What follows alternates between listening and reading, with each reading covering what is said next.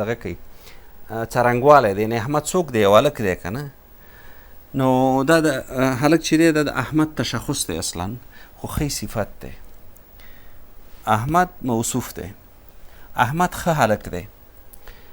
نو د صفت او د موصوف قاعده هم باید موږ په دغه کې په پام کې ونیسو. بله مهمه خبره دا ده چې د املا جوړښت دی. هر هغه څه چې لیکو باید له هره پلوه یې ښه ولیکو. مثلا جمله په پام کې ونیسو چې جمله د فعل او د فاعل او د مفعول له اړخه په جمله کې مشکل نه وي. د الفاظو د جوړښت له مخې په املا کې مشکل نه وي.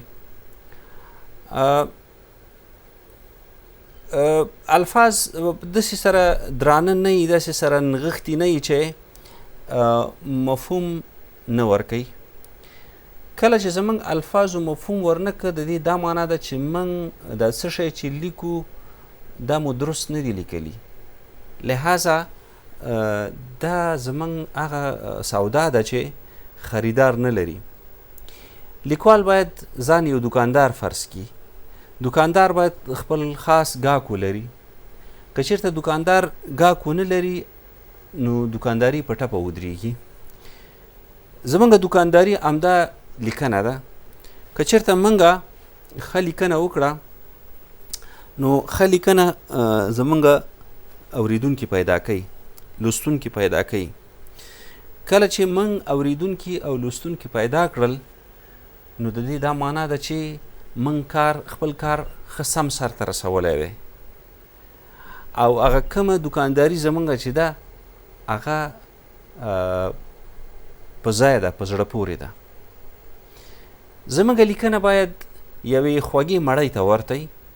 مثلا که د یوې مړۍ نه څوک څکه کوي نو بیرته یې ګزاره نه کي. اوس که یو مړۍ یا ډوډۍ یا دغه داسې پخ شوي چې مالګه پکې زیاته وي، که څکه دې وکړه نو بس مالګه پکې زیاته ده، زه نه خورم، فشار تکلیف لرم، د زړه تکلیف لرم، نور تکلیفونه دي، زیاته مالګه راته ښه نه ده. هغه څوک چې نه لري دا تکلیفونه نه لري، د هغوی دپاره هم دا دغه دی، یو مشکل دی. ځکه چې په هر څه کې چې مالګه په خپله اندازه نه وي هغه خواړه خراب وي.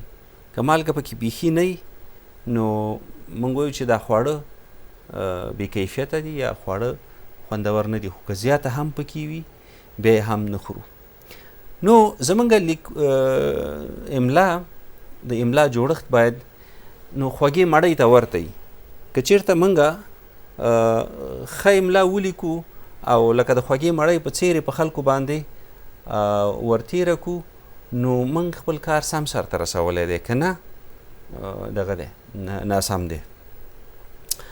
بل د یوې لیکنې جوړښت باید په داسې الفاظو کې وي که نه چې هغه ښکلي الفاظ په لومړیو پاراګرافونو کې راوړل شي. بیا هم د میوې مثال ورکوو یا د خوراکي توکي مثال ورکوو. کله چې یو میوه پلورونکی مثلا اوس د امونو سیزن دی، که دا ښه خامونه یې سر ته راوړي نو که خریدار یا پیرودونکی ورته راشي نو له ورایه ګوري چې ولا دا ډېر ښه دي. خو که چېرته همدا ښې لاندې ایښي او خراب یې په سر باندې ایښي نو له ورایه چې ورته وکتل د ده نه تېرېږي، بل چاته ورځي. د یو لیکوال په توګه چې خپله لیکنه تاسو په یو چا باندې تحمیلوئ چې ویل ولي، همداسې ښکلي الفاظ باید تاسو سرته راوړئ او یو چنګک واچوئ چې لوستونکی تا نه لاړ نه شي. هغه چنګک څه شی دی؟ هغه د ښو الفاظو تر څنګ په لیکنه کې تلوسه ده. لکه په تیر بحث کې چې موږ د جالب عنوان خبره وکړه، که چېرته جالب عنوان تاسو ولرئ یا سرلیک تاسو ولرئ، تاسو نه لوستونکی نه خطا کیږي. خو که چېرته عنوان داسې و چې مبتذل عنوان و یا سولیدلی عنوان و یا تکراري عنوان و په دغه عنوان باندې نورې لیکنې شوې وې هیڅ وخت تاسو چنګک نشئ اچولی او لوستونکی تاسو نشئ راخپلولی د دې لپاره چې موږ او تاسو د املا ښه جوړښت ولرو نو ښه سرلیک باید ولرو ښکلي الفاظ باید ولرو او زموږ لیکنه له هره پلوه ښه وارزول شي دا زموږ او ستاسو دپاره ډېره مهمه خبره ده بل د ستونزمنې املا لیکنې لاملونه ستونزمنه املا موږ کوم وخت کې لیکو هغه وخت کې چې موږ د لیک سره اشنا نه یو یا د لیک سره اشنا یو لږ تر لږه هغه لیکونه یا هغه لیکنې یا هغه ادبیات هم لوستي دي چې هغه سخت ادبیات دي او زمونږ د روانې لهجې یا د محاورې سره نږدې نه دي دا طبیعي خبره ده چې موږ به دغسې لیکنې کوو بل کوم وخت کې املا د لیکنې لاملونه یعنې معنا ده چې کوم وخت کې ستونزمنه املا لیکل کیږي هغه وخت چې یو څوک د خپلو الفاظو زیرمه ونه لري که چېرته د خپلو الفاظو زیرمه سړی ولري په خپله ژبه کې یا په هره ژبه کې چې لیکنه کوي نو په هغه صورت کې ستونزمنه املا به نه لیکي اسانه املا به لیکي بل د هغې ژبې سره بلدتیا چې ستا مخاطب پې پوهیږي که چېرته زما مخاطب په یوه خاصه لهجه باندې دغه کوي خبرې کوي سره د دې چې موږ ځینې اصول او مقررات لرو چې په یوه لهجه باندې هغه چې منل شوي دي په هغې لیکنه وکړو خو زما لوستونکي ته هغه لهجه دغه ده لږه سخته ده زه باید کوشش وکړم چې د هغه سختو دغهونه لږ د اسانۍ طرف ته لاړ شم بل خپل هغه وپېژنم چې زما لوستونکی څوک دی دا م هغه په ژبه ولیکم که موږ د ماشومانو لپاره ادبیات لیکو د ماشوم ادبیات په دوه ډوله دي یو هغه ادبیات دي چې ماشوم لپاره نورو لیکلي دي یو د ماشوم خپل ادبیات دي زموږ ترکیز همیشه باید د ماشوم په خپلو ادبیاتو باندې که چېرته یو د پیداګوژي د برخې یو پوه د ماشوم دپاره څه لیکي اول باید د ماشوم سره کینی چې ماشوم خپل الفاظ سره الفاظ کاروي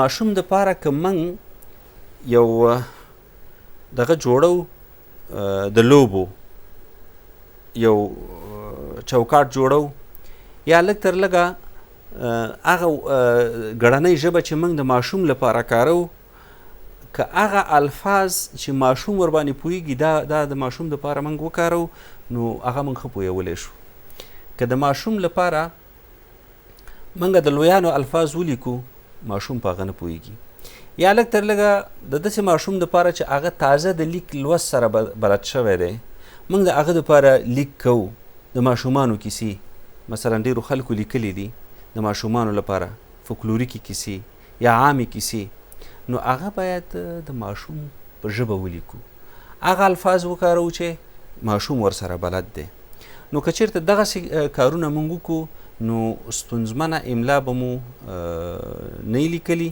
بلکې روانه املا به مو لیکلي د الفاظو درنښت او درانه الفاظ ذکر کول دا په خپله یو لویه ستونزه ده موږ باید ډېر اسانه الفاظ ذکر کړو په لیکنه کې ښکلي الفاظ ذکر کړو او کوشش دا وکړو چې په رواني لحاظ باندې